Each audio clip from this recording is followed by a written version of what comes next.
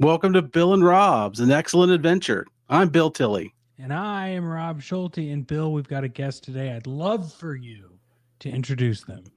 I would love to introduce him myself. He's not just a man with a man's courage. He's a man that you all know. He's a lovely person. He's a friend of ours, personal, professional level. Internet sensation, but trying his best to turn that into a rock and roll career. So I got to respect that. It is our good friend, Adam Ragusea. What's happening, Goose? Hey, boys. Welcome back. But what I'm really here to promote, and we all know that's what's most important, is my new podcast, Wholesome. I was going to ask you about that. Our mutual first of all, friends, yes, Ben Harrison and Adam Pranica. Go ahead, shoot. Yes. How did it happen? What is it about? And what are the episodes that have already been released? And tell me everything. Sure. So myself and the boys have been talking for years, literally, about something that we might do together. And we've had many ideas along the way that have, some of which have borne fruit as sort of one-off projects. Others were things that, we thought would have been fun, but, our life schedules didn't align or what have you. And we suddenly found ourselves, all having room in our lives for kind of one more weekly thing and wanting to have a weekly hang with each other and thinking about what we could do that our audience would like and that we would want to make in kind of an uncompromising way,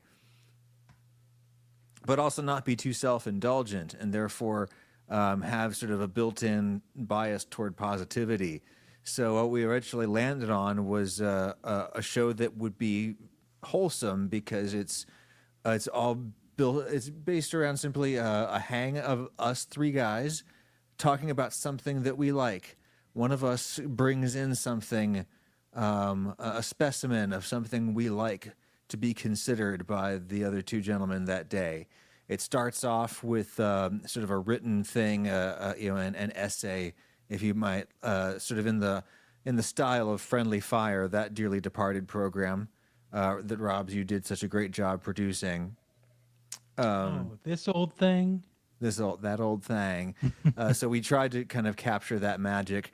Mine, I guess you could say. I guess you know which of the Friendly Fire hosts I would have been, based upon the prodigious length of my essays. They are sometimes like a third of the show is sort of written.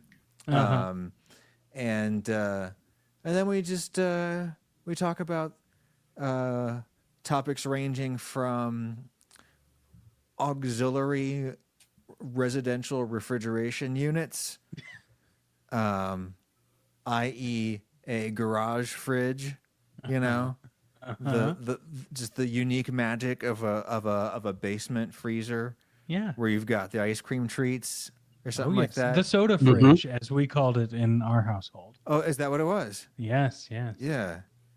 Where the kid, go get me a beer. Yeah. Like fridge, you know. The kind of fridge that can elevate any beer one level up just because it's been saved in your basement. You get it.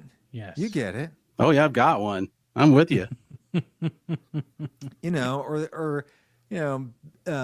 will bring in some sci-fi author who's, utterly insane work fascinates him, or Ben has talked about his D&D habit with us. We've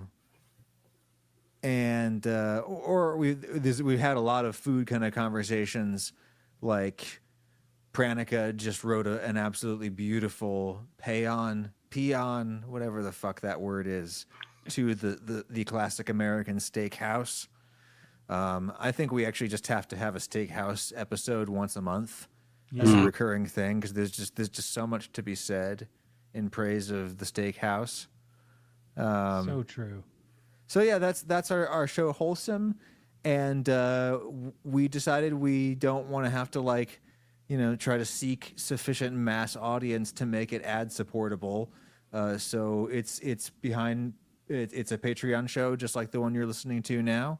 If you go to patreon.com/wholesome_pod, patreon.com/wholesome_pod. You can subscribe to the Wholesome program, and there's already a pretty good backlog there that you can binge, and you'll get a new episode every week from us. And promo concluded. Thank you for indulging it, gentlemen. Hey, Always, coming always. from two Patreon boys over here, we understand it. I am pro paid podcast, very much so.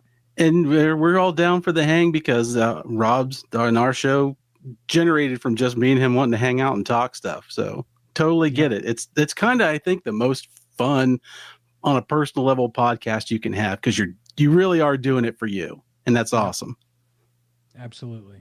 Well, yeah, we're just trying to capture some of that Bill and Rob's magic. It's what kept on coming It's up hard in to the do. meetings. I'll tell you, it is. It is. I mean, it's really a behind the scenes kind of magic. It's still one of those things where it's like, those two? Oh, that's what they look like. That's great. Interesting. Okay, I had their voices swapped with the other one. Mm-hmm. Anyway, If only I could swap hair with Rob's, because his is so much better than mine. I wear a toupee, everyone. We all know this. Anyway, Looks fabulous. Last time we had such a great Cromwell time with Did we? Is that what happened? Hey, Is that what happened? I love a good experience. We'll put it that way. It was not just a good time for me, Adam, to the point where just the other day I discovered the history of what happened to Oliver Cromwell's head after he died, and the things that it went through that survived another 125-year trek. And I am convinced that this would make an excellent documentary movie, seen England and history seen through the eyes of the travels of Cromwell's decapitated head. Write this with me. That's right. Yeah, we put a GoPro on that head. Yes. But we decided we had to watch Flash Gordon, which is, as the viewers of this episode can see, is a very big part of Bill's life. And this little thing? This little thing here. Here's the thing, gentlemen. First time I'd ever seen the movie was for this recording. And I waited until it was scheduled to watch the film. And I've got my thoughts, everything that goes along with it. But I'd like to hear from both of you. And Bill, I think obviously a big part of your life. If you tell us how it entered into your life and why it has become what it has become. It entered my life by me going to Sunrise Cinema in December of 1980 and watching it in real time. Wow. My sister took me to see it, and I would have been 7 years old, and I'm not sure why it would have happened. Probably because it was Star Wars adjacent, and it was close. It wasn't close to my birthday, but it was probably some kind of Christmas present type situation. And I have never forgotten it. I remember sitting in those seats, and it was a wonderful experience. And it was just one of those movies that has traveled with me through basically my entire life. It has never left me in any way. That's so incredible. Lovely. Yeah. How about you, Adam? Where's Flash land for you? My father introduced it to me. It may have first come to me via the soundtrack album by some little band named Queen. You might have heard of. Mm-hmm. My father had this like white cassette tape of the soundtrack of the Flash Gordon film by Queen, and that my dad loved Queen, period. But that soundtrack in particular, for all of the obvious reasons you would love it. And the other cool thing about that soundtrack album was they did a big pastiche. They layered in a whole bunch of movie dialogue to make a narrative, to sort of paste it all together, and just those epic moments like Gordon's alive. Right? Mm-hmm. I'll tell you this. Dispatch war rocket Ajax to bring back his body. I would listen to the really Flash Gordon deep in my brain. Clytus, I'm bored. I would kind of listen plaything to can you this. offer me today? I'm going to get this sentence out now. I would listen to the Flash Gordon soundtrack more times than I would listen to like The Wall in its storytelling. I think it's just a better experience. It's a better piece of work, right? Yeah. It's like right up there. It should be regarded as this like Sergeant Pepper like achievement, you know? Yes. It's Yes. this incredible reversal of media because we used to get those storybook records and tapes where you heard the people do the abridged version with their voice Yeah. acting, and there was a little bit of the, the Gregory orchestra with its sounds of the strings knockoff. And this is the flip of it. It's all the music, and it just takes you on a little bit of the movie, and it's so much enough to just give you that whole experience. Just absolutely delightful. And it's so crazy to think about how the basic motif that Brian May wrote that is the film is that just eighth note riff, right? You know, Mhm. dunk, dunk, dunk, dunk, dunk, dunk, dunk, dunk, dunk, dunk, dunk. And how when you're just hearing that riff, what are you actually hearing? You're hearing a staccato piano, a bass guitar, kick drum, you know, it's so natural, and yet for some reason it feels so modern and Yes. cold and scary, you know, and synthy in a way that's amazing. It's like it's just it's so organic. It's a piano, and yet it's so foreboding. You know what I'm saying? Yeah, yeah. it's a total stalking riff, and having it in all those different ways, it hits your body in different spots. It's not just like a drum, one drum pounding on the battlefield. It just comes in all these different directions and just gets inside and just jazzes you up. Well, and I also think it like gives a really good, like something I come back to. I used to work a lot before I got into podcasting in local music events in the small town I grew up in, the college town that I lived in, I should say. And so many times you hear like talented musicians, right? Like they legitimately know how to like write songs, but want to overcomplicate it. Now, there's a lot of complicated stuff happening in the soundtrack. Don't get me wrong, but like there's something about going, do you want to show off or do you want to write a catchy tune? Yeah. Right. And it can be both. Don't get me wrong. It's not binary there, but like something about this is like a masterclass in being like, this is how you get something stuck in someone's head. This is how you get them involved. Yeah, this is a day that Brian May really showed up to work. Yes. So apparently this was a period where Freddie was being particularly mercurial, as it were, and was difficult to sort of get. It was difficult to get him to focus on much, and he did not contribute that much to the composition of these pieces. On the other hand, this is as according to Brian May, and as you know, only one of them is left to talk and give his side of the story. But definitely the main theme is very much Brian May's creation, and his crowning achievement, perhaps. And that's really saying something. Mm-hmm. Yeah, for sure. Well, I've got something to say. Let's talk about the movie itself. Bill, you have found your original VHS tape that you owned of this. Would you like to read the back of the VHS tape? I live to read the back of this. I would love to. Excuse me. So, this is the back of the box. Flash Gordon, released December 5th, 1980, produced by the impeccably incredible Dino De Laurentiis, distributed by Universal Pictures, and millions of others overseas. Flash Gordon, an outer space adventure, is based on the world-famous comic strip, which comes to life with action, romance, comedy, and music by the popular rock group Queen. When energy waves pull the moon out of orbit, threatening destruction of the Earth, Dr. Hans Zarkov makes a desperate rocket flight with two unwilling passengers, Flash Gordon, quarterback for the New York Jets, and lovely Dale Arden. Their destination is the planet Mongo, the source of the strange energy waves.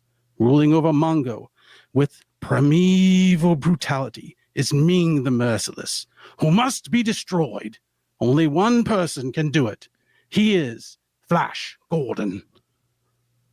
Wow. Killer. Thank Good you. job. Can It ain't no blessed.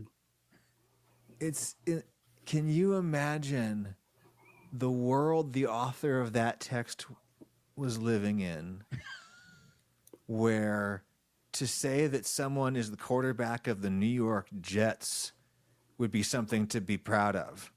Mm-hmm. Hell. Yeah. I can only imagine. I have a particular feeling about that, which will come up later. Oh, man. Oh, my God. Well, I think a good place to start, Bill, is where we like to start in general. And that's like, hey, we're just going to name some facts about the film that we liked. And wherever the conversation takes us in that factual moment is where it takes us. But, Bill, did you name a segment for this? I did indeed. Fun facts. As this is about Fun facts, so I've called this facts. Facts! Ah! Oh. Dang. If only I could hit that note like you. Here's the thing. I got to rest up for it, but I can do it once in a while. Facts. Anyway, I'm not going to compete with you on this. You see what That happens was when you more hear fame, that? You just have you to know? do it. Yeah, you do. You do. I'm just going to start off with an easy one. Lots of great costumes in this film, but no costume weighed more than Ming's, which was like almost 100 pounds. It's like 75 pounds. Mhm. On that little man? Yes. On poor little Max von Sydow? Yeah. Yeah. Poor It was all in the grandpa? ring, I think. Every single actor in this movie suffers in one way or another, but if they're wearing more than the Hawkmen, everything they're wearing is heavy. God, this is, I guess, before the days of foam rubber costumes. Well, it wasn't so much that, but the costume designer of this film, Dino Donatella, I believe was his name, Sure, yeah. and is friends with Dino De Laurentiis, and it was those things course. where he spared no expense in his costuming, and so Dino's like, go for it. So he designed the costumes for what he wanted to see, not particularly one of those things where, well, this will work well on camera. He just went for it. And if Max von Sydow is going to wear 70 pounds of collar, that's what he gets. Hey, it's understood. You know, you can't mess with the artiste, I guess. No, you can't. And those costumes really set such a tone for this movie and the overall look of it and the way of saying it's almost a visual message that says we're doing something here. And it doesn't necessarily make sense from a movie standpoint. We have a vision, and this movie's got a ton of it from a ton of different directions, and those costumes are one of them. And I think they broke the bank on plastic clamshells for the slave girls to wear because they have a lot of them in there. So I applaud however many they found so many seashells to paint blue and green and red to make bikinis out of. I don't know where they found them all. But there's a curio shop, must have been cleaned out from here to Italy when they filmed this thing. I love that. Yeah, I know this lifeboat doesn't make a lot of sense from a lifeboat perspective. But it's got some other charm Yeah. that you'll see. So don't worry about it. It's got a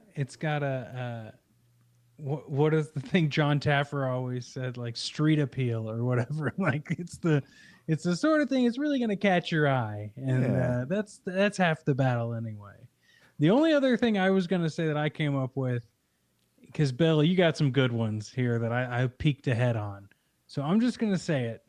I just find it interesting that this was almost made by George Lucas, which falls in line with him wanting to do serial-based concept or homages too.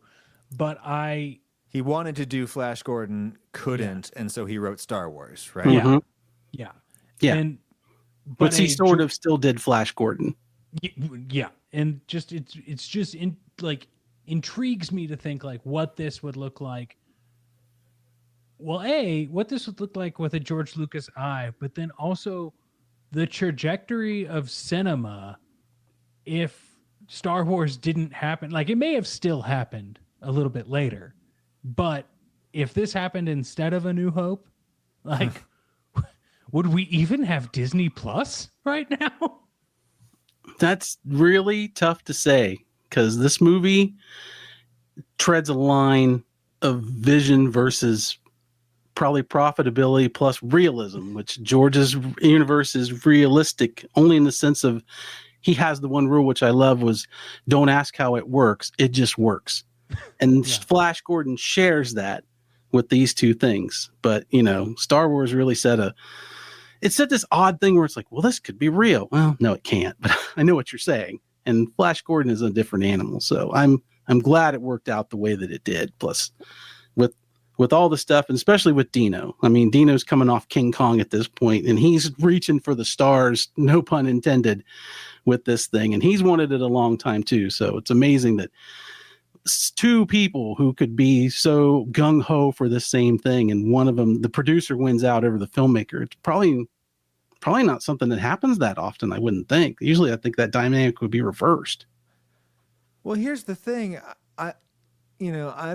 I don't think George Lucas would have been able to find the right tone for Flash Gordon.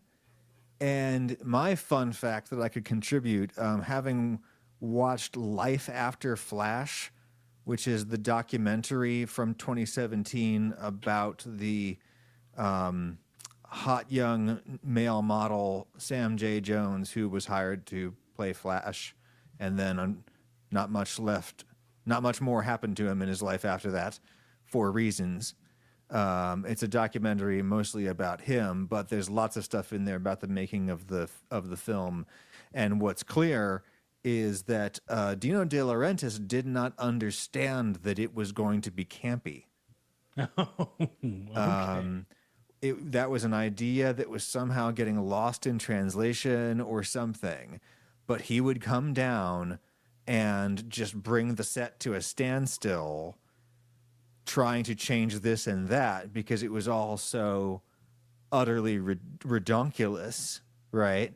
Yeah. And the director was just kind of like, it's good. It's camp. It's a comic strip. It's gonna be campy. That's what we're doing. And apparently they never really resolved that. And I love that. No, and it's amazing that this script that this got filmed, written by Lorenzo Semple Jr., of course, famous of Batman TV fame. This is his first draft. He wrote this film. He was one of the last people, of course, the last writer on it that had anything to do with it. Turned it in to Dino, and for whatever reason, he's like, let's film it. He's like, what? That's the first draft. You don't film first drafts. I don't expect to be filmed first draft. Nope. Film it. And I mean, that alone is shocking. And so everybody was just floored by that. And to this day, they're still like, I don't know what happened. It's not a thing that goes on, but so much of this movie. What a weird thing. Yeah. Everything about it is so. Why it shouldn't exist, but it does. And I love that. Yeah. Bill, what else you got for us? So, and I've done this before. Let's just tell you, this movie, no shortage of looking up stuff for this movie. It has been documented and reunion videoed and booked from here to eternity. From here to the Imperial Vortex. You can find out stuff about Flash Gordon. So I kind of wanted to take a different track and see what I could make of these facts. And the overall thing that really jumped out at me in reading the books and reading Dino's autobiography and watching a lot of videos is I could not find one person, from staff to actor to anybody who was involved with this movie, whether they suffered or not for their part of the movie, the toils of making a movie. And this one was tough in a million different kind of ways and a million familiar ways. Not a single one of them doesn't love this movie. They love their part in it. They love what came out of it. They loved Flash because everyone will say it was what they knew we're making was fun and exciting, and it was true to the comic. It was a good versus evil story, and they were all down for it. They could all conceptualize, even through the campiness. They still knew what they were doing. Good versus evil, and holy shit, look at what this looks like while we're doing it. This is insane. None of this should be working. None of this should happen. But Mike Hodges, the director, had a vision for this, and he understood the camp versus the real, and they all managed to work through all that stuff and miss a bunch of shit, like Adam said, because Dino would come to set, bark, and they were like, it's fine, Dino, just tell him it's going to be fine. Hey, it's going to be fine, and he'd go off on his way. And that's amazing. And I really think that getting that many people together who could suffer through what they did, not even getting to Howard Blake's part with the orchestral section of this movie, that makes this movie far beyond just a motion picture.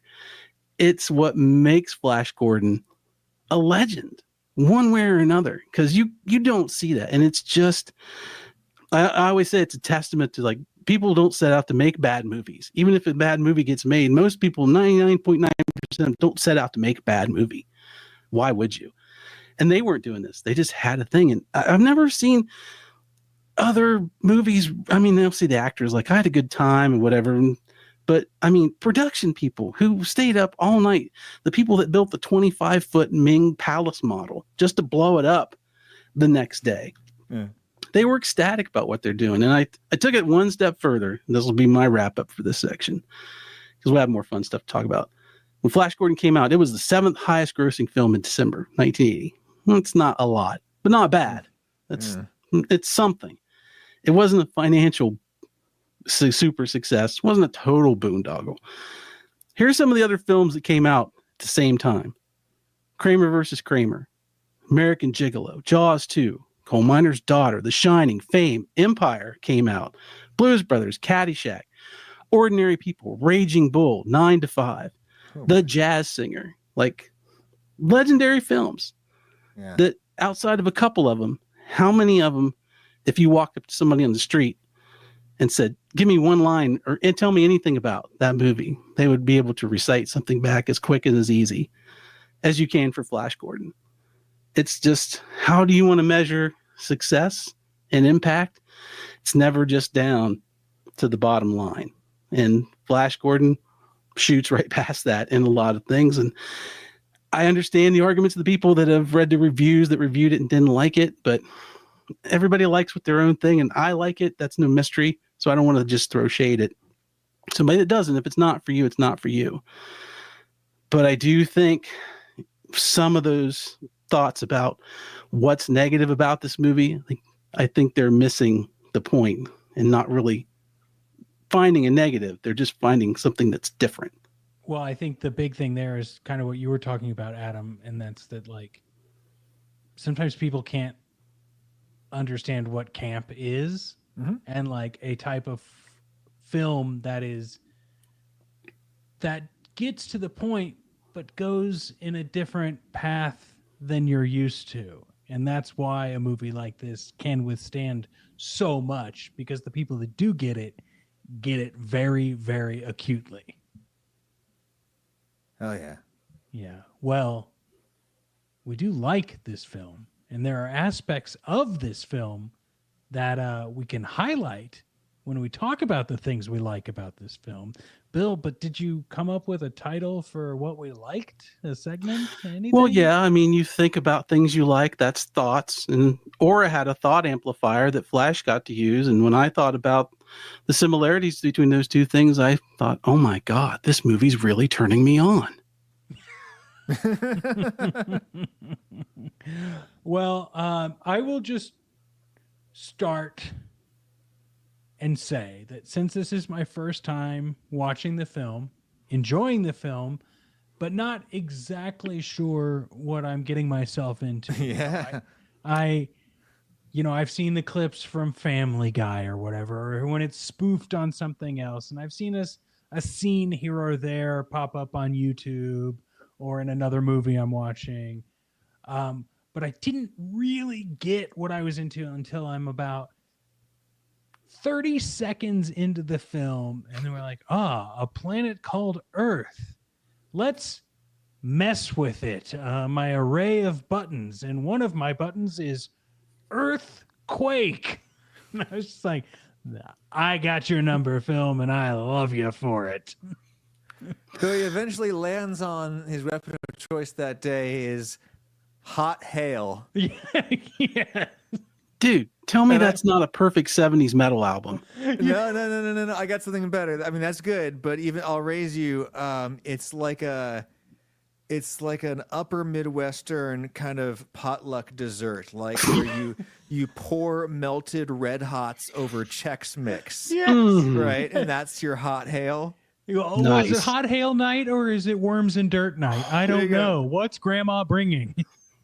Oh, when you put your keys in the bowl, feel free to have some snacks. We got a little hot hail made up for you. We're having a hot hail party over here. The kids are away at summer camp. Got some napkins over there in case you get a little bit on you. Little hot hail or a little. Anyway, it goes so well with so many things. So many things. The other awesome thing about that opening little monologue is, well, here, let's play a little game. All right, Bill, I want you to say the word Earth, but I want you to pretend that you're British and you're actively vomiting. Earth. Yeah. I think it's a little more of a... It's got some U's in it somehow, right there in the middle. Such a distasteful planet. Well, it reminds me of when I played Star Ocean on the PlayStation. An alien lands on Earth, and of course it's so early in video game eras, we're not getting a voiceover, so we're just reading the RPG text, and someone has like capital U, capital R, TH, and they're like, Earth? What is Earth? And that's exactly what I got from this. There's just something about rolling with those. It's the Star Wars effect. You get the British accent on screen. It only goes like 3 ways, and that's one of them. It's either like, I'm having a cramp, charge the capacitors. Oh God, just hit me right in the guts. I think that if you pull up Max von Sydow's shirt, there's a meter for disdain. And they just turned it all the way up. Couldn't have said it better myself. I love that. The other thing I'll just get out of the way here that I liked is there are so many moving pieces in this film, especially as a first-time viewer. Like I can assume, going back and having seen this a few times yourself, gents, Bill, maybe 150 times, that you're just used to it. I know the set pieces. I know where we're going. But to me, it was like, if I looked away for a second or went and got a glass of water or something, I was like, nope, gotta go back, jump back 30 seconds, because this movie will change and give you something new in the split second. And I loved it for it. It very much made me feel like I was watching an old serial. Like this could have been a bunch of 2-minute pieces that played before, Singing in the Rain or something, that really, once put together, told this whole story. Might have been what you get when you put together a bunch of 2-minute pieces into a whole story. But that's also like the joy and the camp of it, like we talked about earlier. Yeah, it's a visual feast. I mean, some people, I think, if you've never seen it before, I think you expect like a Hardware Wars level of special effects and care put into this thing. But Dino went for epic. You can't fault the man there. So you get big rooms with big sets and big matte paintings. There's always, as many times as I've seen it, there's always a little something that always catches my eye that I hadn't seen before. So it's something that you will not get tired of poking around in the background going, ooh, what's that? So this is directed by Mike Hodges, right? I'm just looking up like Get Carter, Black Rainbow. Okay. Yeah, he's got a style and I love it. Yeah. You'll notice there's no sci-fi in there though. Yeah, well, good point. He was, according to himself, he was hired by Dino De Laurentiis because Dino liked his face. That's it. Man, how do I get that job?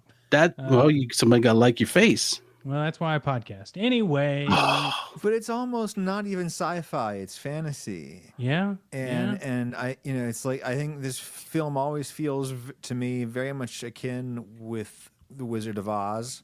Yes. In its tone and its approach and in its set, its incredible set, no holds barred set designing. Yeah. Yeah, I agree. As it's a story taking place in a fantastical world, not a movie about fantastical things, Yeah.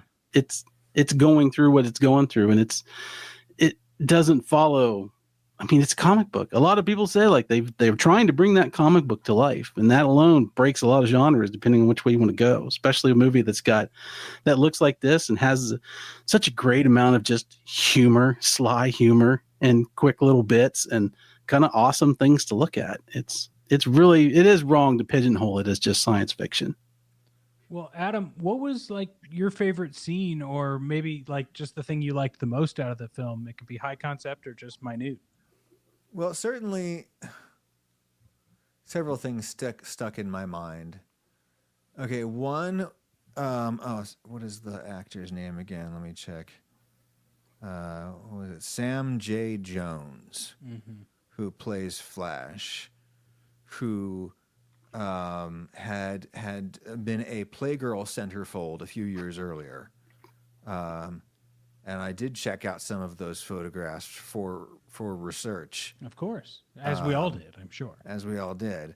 I think I remember as a boy seeing him, kind of like moving and writhing around in his like khakis with the fitted white t-shirt sort of tucked in, and looking at that and thinking, oh, that's what a grown man's body looks like. That's what my body will look like one day. Yeah. Right? And I can tell you, it does not. Boy, we just never got there, did we? Nope. No. But it's like clothing designers design clothes for that guy. Yeah. But hence how perfect they look. I just the look of shirts and pants on a man, it looks so unbelievably comfortable on that guy, the way he moves in them, right? Yeah. And I'm like, why can't they just design clothes for normal bodies that are also that good? Or wouldn't that be great? Dude, if Dickies had a Flash Gordon set of clothes, if Dickies had Flash Gordon khakis, I would wear nothing but those. Hell yeah. Well, I was just going to say that one of the best pieces of advice that I've yet to be able to use, but came to me from Alan Yang, and he said, when you ever get to the point where you can do it, take every piece of clothing you like to wear to the tailor. From the t-shirt you bought off the rack to the dungarees or whatever you have. He's like, if you can do it, take it, because they will make you look so good. I was like, damn. I know one thing, though. If somebody had to guarantee me that when I get to go to my death capsule, I have to wear leather hot pants and nothing else to do it, I will get back to the gym. Yeah. That's right. That's true. You just tell me where on the calendar I need to be. Calculate how many weeks out I am. Or get hey, on my program. Gas me a little early, folks, if I'm not going to get there, But Bill, you got to, I've heard tell that you like this film, but can you narrow it down to a couple of things? Is that even possible? No, I can. And one of the things I like, we've mentioned it before, the movies looks like a comic book, which I loved at the time, still do. And the great thing about it is the actors, as they're going through this movie, and maybe this is what got me as a kid, they accept the world around them as real. And this is what it is. And they're telling that story with all this heart and humor. And it is campy, but it's that kind, it's like, they're not making fun of what they see. They believe it. And they've all been, Sam Jones especially has been noted to saying, like, he played Flash Gordon as what he assumed and what he believed a hero would be, what a man would be, to the point where there were points where they wanted Flash to hit guards from behind or shoot people in the back. And he refused. He's like, that's not what Flash would do. That's not what somebody does. And it's that perfect thing where, like, I've lost myself in it every time I do it. I accept what I'm seeing because they accept it. And I just get lost in the film, and I'm not watching it. I'm experiencing it right along with them. It's like I'm the little floating head eyeball that just goes along. And I love it, because that's when a movie's got vision and heart, boy, it brings so many other elements that just kind of naturally work for me. And the things that are good, you get even better. And whatever's wrong with it, my brain will sort of compartmentalize that and go, is that really a problem? Probably not. I can just roll with it. And it's just a magic trick that this movie does that rarely hits me these days. And when it does, it's kind of magic. And when I do think about it, I think back to Flash Gordon, because that was the first time I ever went, oh, like, I saw Star Wars and went, and I loved it. But Flash had a visceral effect, and I really appreciate that. And The other thing I like, and to do this, I'm going to bring back an old segment. We used to do a little thing called Settle the Score, where I forced Rob to talk about the music of whatever we were watching, because I love me some soundtracks. And so this is a crossover with that bit, because having Queen do the music for this movie, which is something that's never really been done before, that keeps a consistent feel through this entire music. Then they have all these different kinds of rock songs that convey emotions in different places and attitudes. It's what a soundtrack does, but it's rock and roll music. And it just blends so perfectly with what Flash Gordon set out to do. Like Adam said, it's amazing. It's probably Brian May's best work. And it is sort of, I keep using the words, kind of magic. It's just how it works.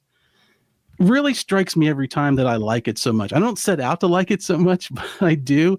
And I have to remember that every once in a while. And when he worked with Howard Blake to form the orchestral parts, which got dumped on Howard Blake because the original composer flipped and only produced 1 minute out of the 40 they needed for the different segments in between. And they went to Howard Blake, who was a friend of a friend, and they're like, we need you to do this. And he's like, I can do it in 4 weeks. And they went, you've got 10 days. And he did it. He pulled it off. And he passed out because he had pneumonia. You know how it nearly killed him. And don't you love that? I saw one thing where he equated it. He says, I'm convinced that I'm almost died the same way Beethoven died, from exhaustion and over. Can you imagine a link between Beethoven and the score for Flash Gordon on any level? Find me another movie that can do that. That is incredible. That is incredible, man. Adam, is there anything we missed on the likes radar for you before we move to our next segment? I don't know. I mean, another thing that really stuck in my head as a kid. There's so many little mini boys' adventures in this packed into this film, as you mentioned, Rob's, how it feels like a serial in that sense. We get a quicksand scene of his absolutely perfect shampoo commercial hair going into that muck. That got your attention too, right? I wasn't the only one. Dude. Okay. Oh yeah. So terrifying, because that kind of experience, like I couldn't swim as a kid, so the idea of being immersed in anything was like a total freak out for the longest time. And even now, like, that ain't water. That's some bad muck that he went into. Yeah. That's. And you're right. That hair, it's almost like his hair is orchestrated to tousle perfectly as he's pulling. Well, I'll tell you what amazing. I know. What we know about that shot for sure is that was take one. Uh-huh. If you take my meaning. Apparently, there were a lot of take ones. So many fun little boys' adventures, but the one that stuck with me the most was the ritual of sticking your arm into the stump to be stung or not stung by the beast in there. That it was so dramatic. And as a kid who grew up in the woods, playing around stumps and stuff and sticking my hands into weird places, like that was something I was always thinking about. And remained such an area of fascination to me that I actually recently I just came upstairs from a place where I've sort of recreated it. I have this in my greenhouse where I keep aquariums and stuff. I have this new thing, I call it the water table, which is this it's a water table, very, very long. But in it, I've got this piece of driftwood that's like a miniature version of that stump. And I've got these vampire crabs living in it. And so you can go with your, iPhone flashlight right now and poke into these little holes in this stump, and you'll see these little crabs that, the beast. And I got that from Flash Gordon because it's just such a potent little boy's adventure image, I love that. That's awesome. So cool. But Bill, I hate to say it, we have to go to a new segment where it's not so awesome, because potentially there are things we did not like about this film. I know, it's shocking, but could you bring yourself to even title a segment about dislikes? Dislikes? What do you mean, dislikes approaching? So good. A lot of ham in this episode. I love it. So much. And Bill, I'm I'm gonna hold your ham to the fire Whoa, and make you go first on this one. whoa! Let's have a side of hot hail with that ham holding. Holy moly! Hey, Hot hail ham. Yeah, hot hogs in the fire. Anyway, the soup. That stuff's super tender. It just melts right in your mouth and in your driveway. So yeah, there are some things that I could wish were a little better. And here's one of the main ones is The Legacy of Looping Sam J. Jones by Peter Marinker. Like, I saw this movie, and for years, you're growing up back in those days, you don't know things. So the first time I heard Jones do anything else completely fucked me up, because I'm like, that ain't right. He did a series called The Highwayman several years later in the 80s, and he had his dusky, rusky voice. I'm like, did he fall on a rake or something at some point and puncture his trachea? And I know that some of the lines in there are still his. According to Peter, they might have kept like 30% of them, so his voice was somewhat like that. But that ain't his voice. And to this day, when I see him and he talks, I hear the Flash Gordon voice. Yeah. It just wants to come into my head. And it's a shame that it wasn't really him. And I don't know. Well, maybe it's a shame that it wasn't all Peter Marinker. He did a great All-American quarterback guy voice for the thing, but it was really weird because this movie does mean the world to me, but it's not really the hero's voice, and that's just a little thing that just sticks in my head and just gnaws at me. Apparently the actor really earned it, though. Like, he really overplayed his hand in a negotiation. Mm-hmm. And Dino De Laurentiis was like, no, fuck you, kid. No, we're not doing that. We're dubbing you. Bye. Wow. Yeah, according to Dino, it was the only time a $30 million picture was going to be finished with the best stand-in money could buy. Wow. Yeah, Sam had some bad agents' advice back in the day. Yeah. He was young and dumb, so Flash didn't always do the heroic thing. At least Sam didn't in real life, but what's a wild situation. Dang. Of course, now they just deep fake him. Maybe. Do you know that the character of Flash Gordon in the original comic book was not a football hero, but instead, do you know what sport? No. He's a polo player. He was a polo player. A famous polo player, which means it's time to play polo, or pollo. Dear God, we didn't see that coming. Oh my God. All right, Adam Pranica, if you're listening, I'm sure that you implicitly consent to this stealing of your delicious bit. Okay, question for Robs. Yale Man is the name of an offensive play in water polo, a poultry industry term for a rooster who will not breed, or a description of Flash Gordon, noted horse polo player. Those are your options. Oh. Yale Man is which of those three things? I'm going with the rooster. A poultry industry term for a rooster who will not breed. Yes. That is incorrect. Oh, dang it. Bill, what we know, about this? Flash Gordon from the comic is that he is a Yale graduate and famous poloist. He's one of those Ivy League bastards. And which makes it make more sense that he's dating this woman named Dale Arden, which is the most blue blood name I've ever heard in my life, right? Oh man. Yes.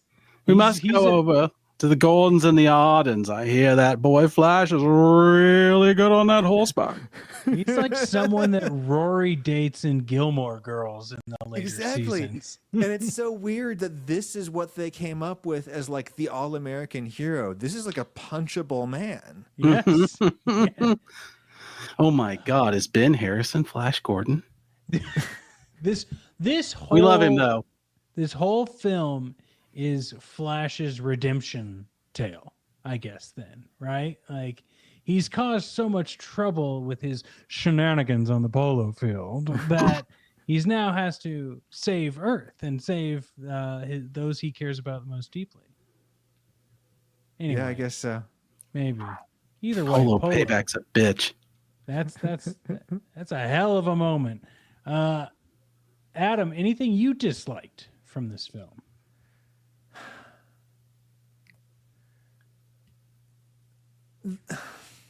The answer can be no. You could love the whole thing. I think, and this is generally true of Italian cinema, is that it's almost always all dubbed, right? Yeah. Mhm. That's just, they just don't even record like production sound, I think, a lot of the time. They just assume everything going to be dubbed. That was just how their industry developed. And I get that, but it's so hard to get over it as a modern viewer when you see so little dubbing or so little bad dubbing anymore, you know? That it's just, and then you combine that with the hammy performances, and you get like Brian, blessed be his name, and these like it's an immortal performance. I don't want to criticize it in some way. I don't want to criticize it at all because it sort of should be. It is exactly as it should have been. Yeah. Brian Blessed's performance in this film, but it's a lot, you know. Yeah, he's that friend that you don't want to sit too close to for too long and try to have a conversation with, because he will just blow you right out of the room with his volume. Yeah. What's that like? Anyway, I will say that I've never been that person. Also, the treatment of women not super great. Yeah, I think we can all agree. The female character who is sort of just shown to be turned on by everything, and that is somehow an indication of her being bad. Yeah, and it's such a weird trope. Well, and the fact that her father can relate when someone says that the performance of Dale Arden's semi-erotic dance rivals his daughter, and he's like, I'm like, dude, how do you know that? Not cool. There's a lot to unpack there. If she wasn't my daughter, I'd be dating her. I will go on a different path of my dislike and just say that, Bill and I spoke as we were sitting down to watch the film, and Bill was saying, like, I'm wondering if this is a movie I need to obtain in HD, because I've got a DVD copy, I've got a VHS copy, but I don't have the 4K or the 1080 or whatever. And I watched this in 1080 on a streamer, and I'm wondering, I mean, it looked great. I think the film, it's so much fun. And I don't know if this is as much as a dislike or just like one of those things I dislike feeling. And that's when you're watching something going, would I feel a different way about this film? Like, would I have like more warmth for it if I saw it in a lower quality? And I think that goes back to the idea of like nostalgia films, right? And the idea of like, Is it because that you think that like at the higher resolutions you can see all of the like brush strokes in the scene work and that kind of stuff? I think that's part of it, but I also think there's something about watching, for example, I went to BAM a few years ago with my partner, and her and I watched The Shining on film, right? But it was obviously a copy of The Shining that had been beaten up and like dragged on the back of someone's truck for the last block, and like had a bunch of film tears in it, and it like really like changed, like it was so much more fun to watch a horror movie in bad shape. And I'm wondering if Flash is better in this like serial, I can see the VCR tracking lines sort of way. Yeah, that's the way that I grew up with it. It was my dad would pirate copy, home taping, killing the movie industry. Yep. Would like, what's that, an FBI warning? Yeah, exactly. Dude, I owe the Dad, FBI so Dad, much did money. you read this FBI warning on your tapes? We can't show this to our third grade class. It's illegal. I owe the FBI approximately $162 million in fees. Allegedly. Allegedly. Well, it's But- interesting that you guys have said it, because I posed this question on my old social media account years ago, and it's kind of the reverse of this. So I wonder what you think of it, the way you're talking, Rob, about looking at it in the resolution. Here's the question. Take your favorite movies. If you could only watch your favorite movies from now on for the rest of the time at VHS quality, would that affect how you feel about the things that you've seen in better quality now? Would it reduce the experience for you? Because for a long time, Sunday night was my VHS night, and I would take a movie out, pop it in, and I'd take a little picture of it and send it on Instagram, like, tonight on the mystery movie. And I liked watching it. And I watched movies that I had seen in better quality, and I'd watch them in VHS quality. And for me, it's more about the experience. But what would it be? Because you've had better quality for a lot longer, Robs. Would that, if you had to only watch like Midsummer or something like that for the rest of time at VHS level, would you be as excited to watch it when it came up? I think I might, actually. But I'm not a quality queen, as they say. I just made that up. I think it's about like what it does to you when watching it. And a story can be told in many different ways, and if it can still be told like when you don't have to rely on that quality to still get what is being made, I think sometimes those levels of texture can only like add a different experience. And so I think I could. How about you, Adam? Could you go back to VHS times and stay there? Oh gosh, yeah. I actually really miss old resolutions. I'm fine with a nice shellac of imperfection, a little smudging around the edges. You know, a little too much detail is, you know, I was I've got this one kid who's been enjoying watching Iron Chef, the original Japanese Iron Chef. Mm-hmm. And it's so low res, and it's like it's a way of filming food back before it occurred to anyone that you could really make it look that good, right? Mm-hmm. So they didn't even really care, and so it was just very casual and like loose because they didn't think you'd even really be able to see very much. And then once you're able to see a lot, oh god, everything gets so much more complicated. And no, I love the good old days when there was a schmear over everything. Give me that schmear. That Sousson vignette. We've just named our retro video store Schmear Video. Hell yeah. Get a fucking movie and a bagel. I love this idea, quite frankly, and I think it has legs. But Bill, is there anything before we move on to our last segment of the episode that you need to point out? There is one thing, and we are calling them dislikes. I guess it would be, I'd like it to have had a different choice. There's no final battle between Ming and Flash. Like, there's no actual physical sword fight. He impaled the man. He impaled him with a spaceship. With his big phallus. He did. Yeah. He got the point all the way through. No problem there. To tackle him, though. And I know they had a thing where they didn't really know how to end the film, so that probably played into it, but and I guess that's only harkens back to this movie is very much like a comic book. In the comic, there would have been a sword fight.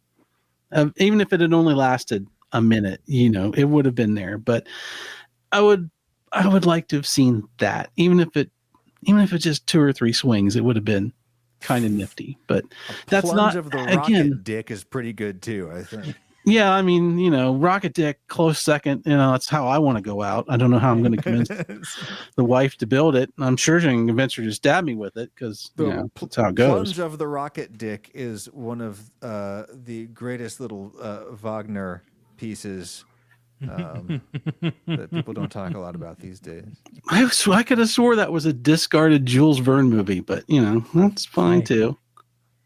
Listeners, let us know what your favorite Vonnegut piece is by using the hashtag #RocketDick on Blue Sky. Anyway, Cement our presence.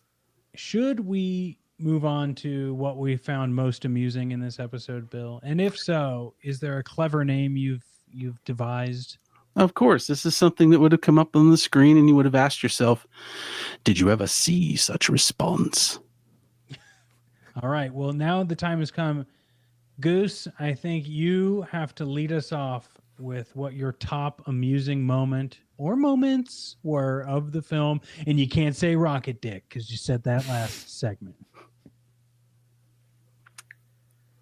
Sets the bar so high. Okay. So Peter Wingard plays Cletus. That's not Cletus. It's Clytus. Clytus. Sorry. Remember, English. Switch those vowels. It's Cletus is Chicken Shack. Clytus.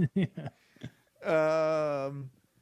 Which is it's just hilarious that you pay for Peter Wingard and you put a mask on him.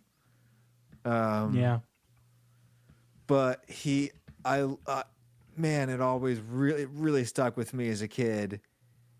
He gets spirified, and for some reason, whatever kind of creature he is, upon dying, he leaks out.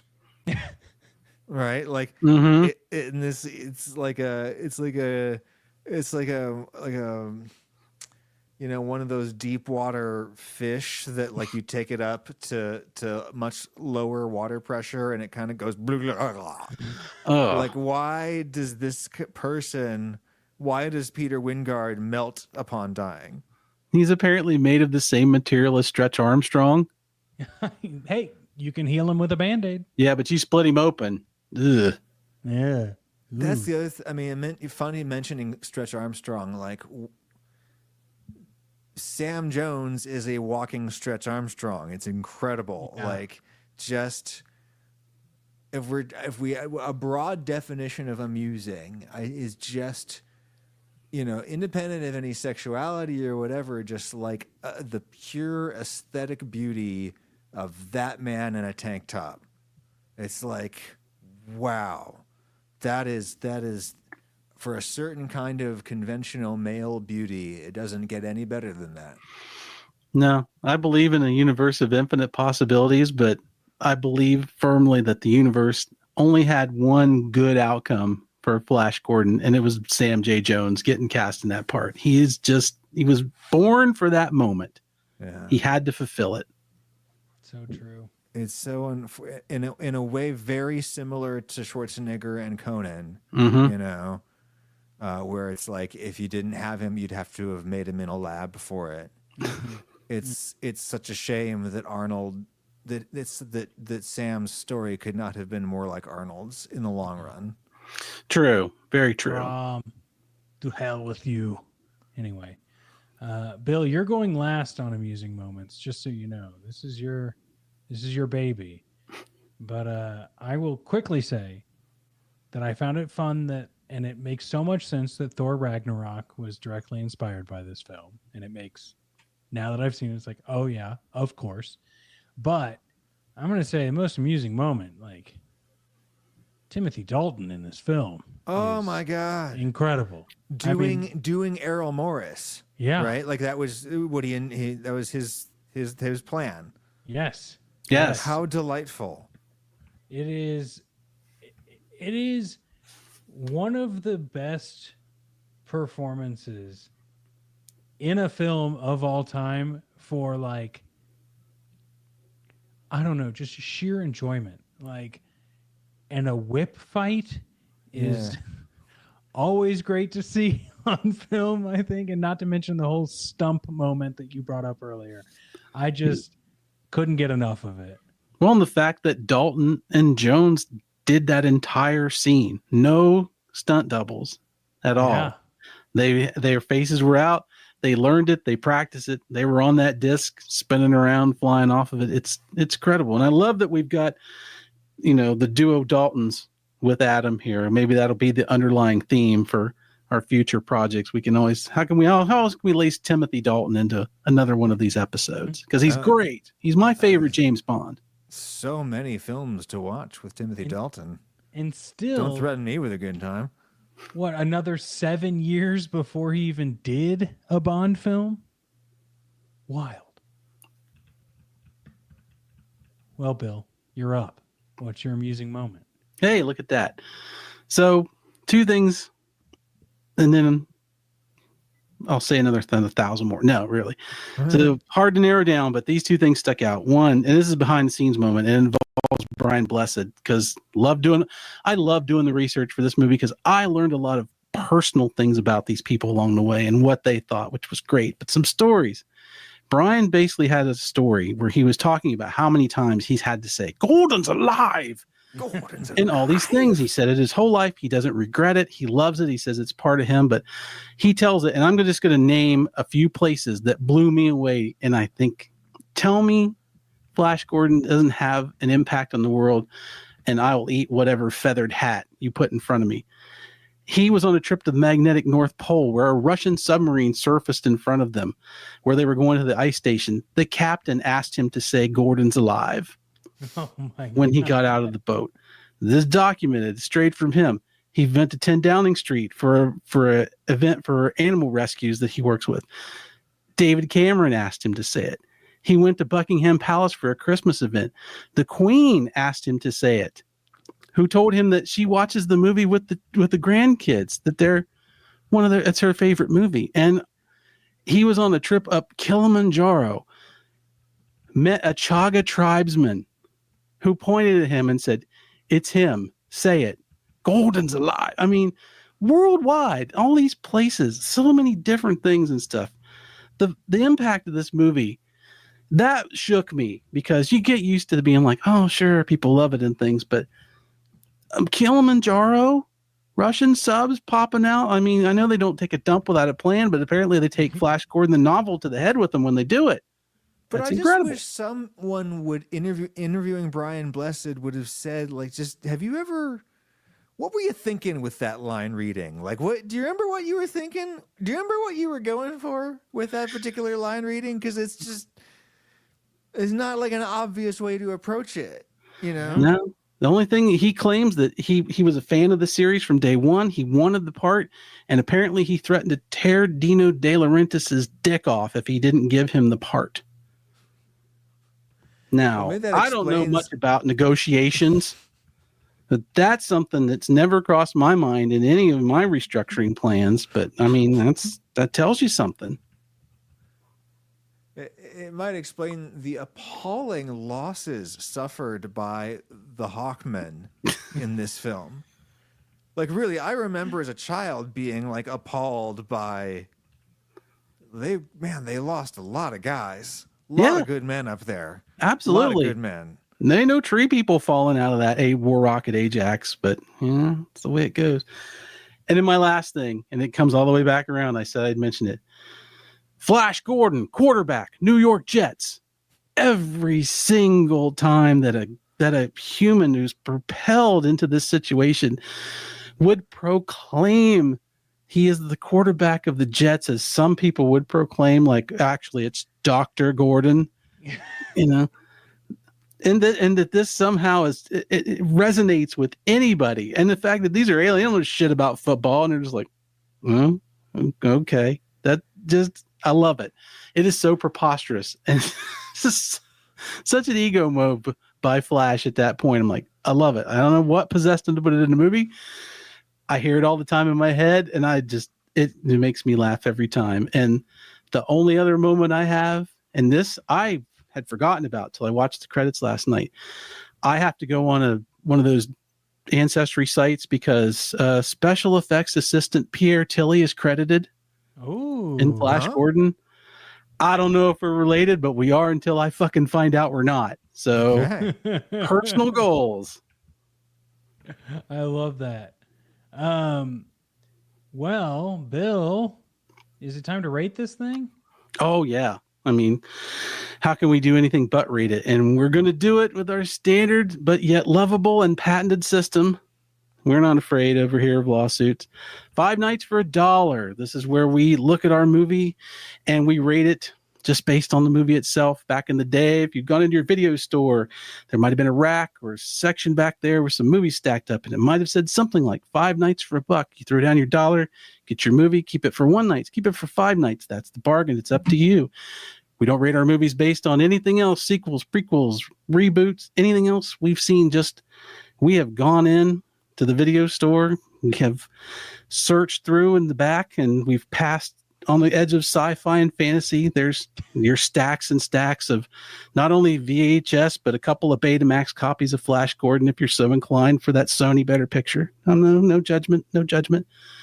You've got your copy, you've thrown down your buck, you've taken it home, you've watched it, and now we all got to say, how many nights are we keeping Flash Gordon? 1 through 5. Rob, you've been the ringmaster. You set the order. You've done it. So you've done a wonderful job tonight, Shecky. Keep it up.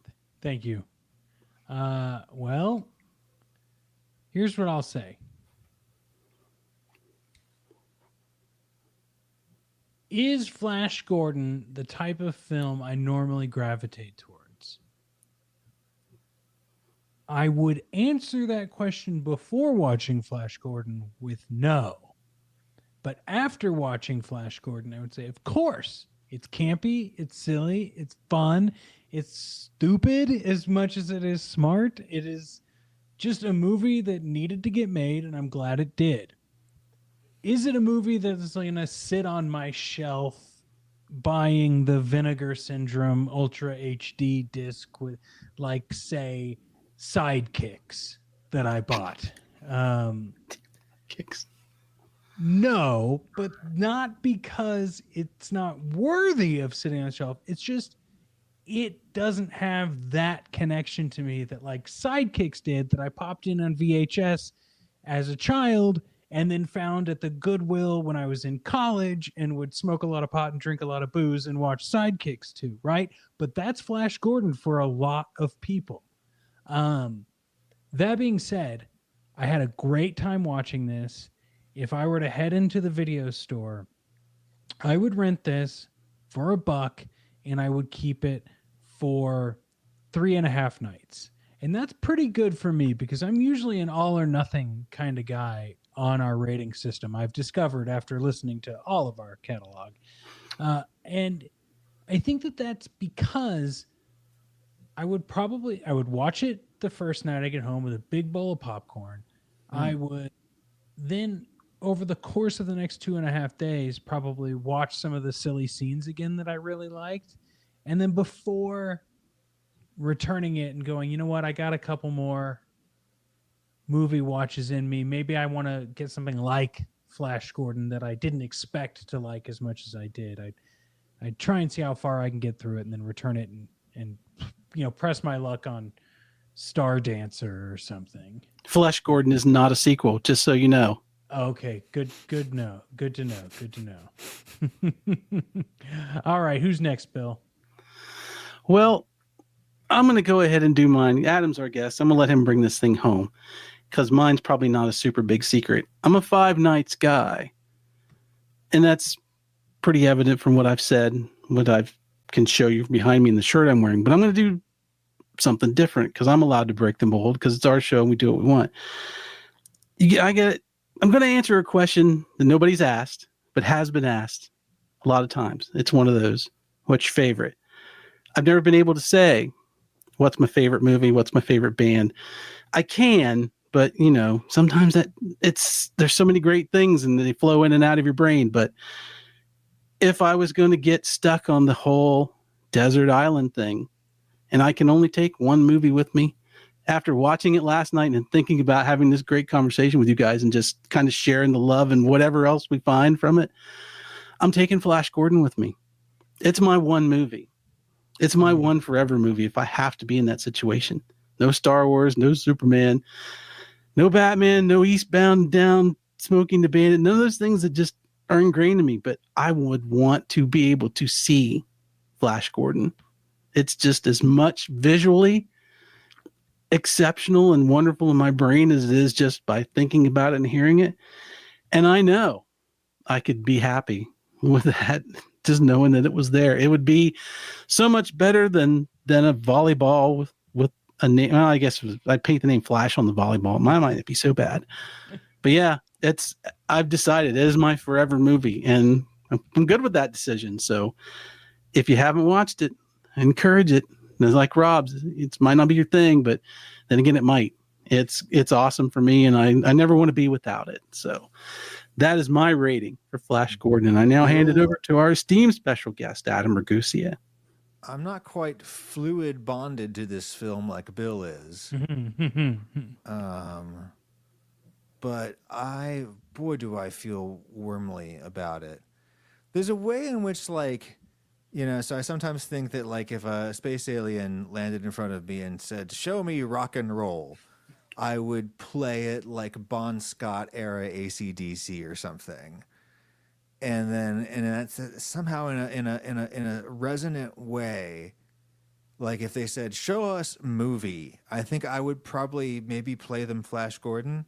Okay. Yeah. There's a way in which this is the text. It's because in a way, like, Flash Gordon is, although Flash Gordon, the immediate antecedent of it was Buck Rogers. It was conceived of as a Buck Rogers competitor. It was Flash Gordon that was the inspiration for Superman and for all of the original sort of superheroes. Superheroes come from Flash Gordon. Flash Gordon is the Earth text of this particular epoch of the monomyth, right? I don't know where I was going with that. Well, you didn't feel as warmly as Bill, but this has a big place for you as you're rating this 5 nights. But anyway, yeah. So I think you would keep it the first night just because it just works as a film. But then, yeah, you kind of want to go back and you watch it again because it's like there's so many things about this that are really curious. Like, how do you get all of these people to agree on this being like the tone? How do you get people with money to agree to a movie where a guy goes to a space alien? "I'm Flash Gordon, quarterback, New York Jets." How did that happen? And all of the enormous human resources that were marshaled to create that. It's like, it's so unlikely and so freaking weird. And you can watch it again and again and you see the evidence of a vibe on set where you just had a bunch of really talented people who were told, with this one, just go for it. Yeah. Like, just that thing you do, just fucking let it rip. Like, we're gonna leave it all in the field with this one. And they did, and had so much fun, and created something that is so idiosyncratically idiosyncratic. It just is what it is to the max. And I could watch it, and then you'd have to have 1 to 2 whole viewings just for the score, and costume design, and there's so many incredibly memorable images in the production design. The way Peter Wingard seems to, like, sleep in a pod that gets rotated up and down, and he's awakened like a vampire, seemed to, and that comes before we see that happening in Empire Strikes Back, right? One wonders if that's where they got that notion of having sort of of having Darth Vader be when he's not out there being evil, being sort of stored in a tube somehow, what a memorable image. it's just so goddamn good, and I'd keep this movie. I'd just keep it. Wow. So he's willing to pay the fine I'll pay to the just fine. keep it. Adam Yeah. Ragusea slip at the store, not returned. Love it. Love it. You're going to have to find a new rental space. That's how much you love this film. No. I always figure like I consider it, make it a hefty fine, and I'll consider it a donation to my fine local establishment. Love that so much. And Snap. yes. And having you on the show is always wonderful. We, of course, have busted this episode out from beyond the Patreon paywall so that. Oh, we did? We're busting right now? Oh, this absolutely. This whole thing is busting, baby. Oh, hell We have no. a hard time keeping our guests to ourselves. We like to share these with the world. So, of course, listeners, if you've made it this far, go check out Wholesome at patreon.com/wholesome_pod, correct? Thank you. And if you liked our conversation about this film, you can also go to patreon.com/BillAndRobs, where not only do you get every single episode Bill and I have ever done in audio and video format, we also included the first podcast I ever made that it came back to life just this year, Pumpkin Spice Podcast. And all of those episodes with me and my buddy Graham that Bill cameos on here and there as well are behind that paywall. Bill, great choice, great film. Adam, thank you so much. This has been a blast. My pleasure. Bill, would you like to take us home? Well, I have to find my ring so that I can disappear into it, but I guess we can. Thank you. As Rob said, thanks, everybody. As we always say, we don't have fans, we have friends, and it's great to hang out with a bunch of friends and do all this stuff. If you can share the show with your friends, we'd appreciate it. It's the best thing you can do. Sport's great, but we don't expect everybody to carry the load on small terms. So get the word out there. And all I can say is, Golden's alive. Gordon's Rent alive. Gordon's alive. Gordon's alive, everybody. Goodbye. All right, Gordon's alive.